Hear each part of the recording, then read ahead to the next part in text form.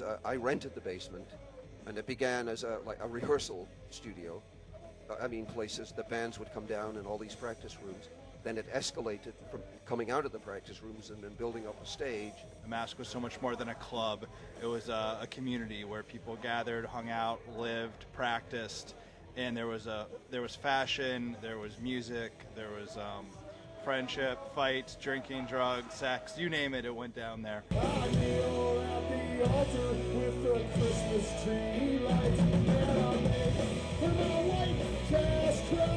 You know, live at the Masque, 1977, subtitled Nightmare in Punk Alley.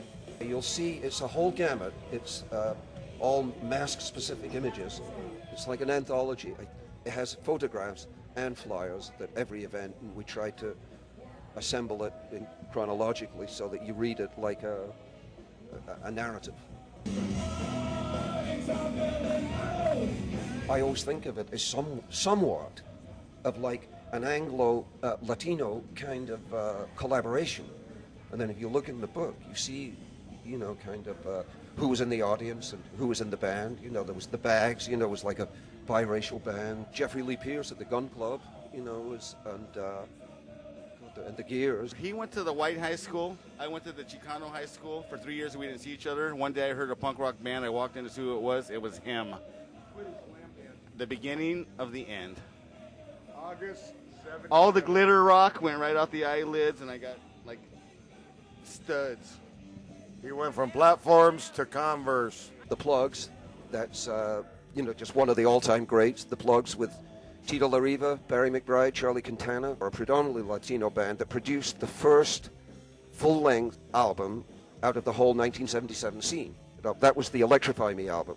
We were naive, so when we decided to make a record, we went to the Yellow Pages and looked up records, and then we called the first number, and fortunately we got an old lady in East LA who had a record making plant.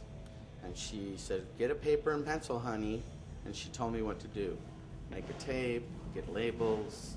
And so we made them in East LA, and that was the beginning of our, you know, our record career, I guess.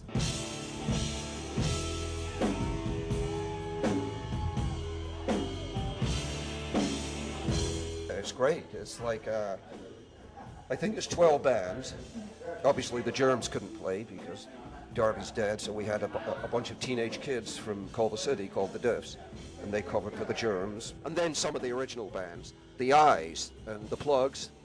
It's a reunion, and you know, we haven't played these songs in 30 years, so we'll see what happens.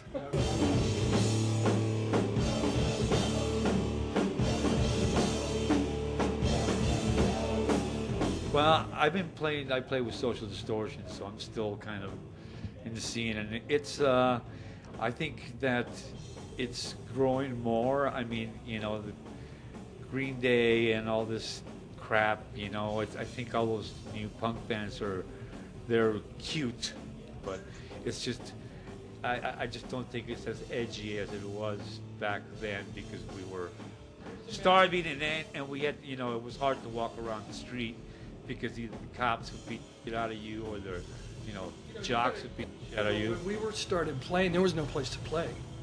Every venue that we played in, we created almost, because there was nothing but disco going on at the time. And that's why it was exciting, that's why it was magic, because there weren't any alternatives.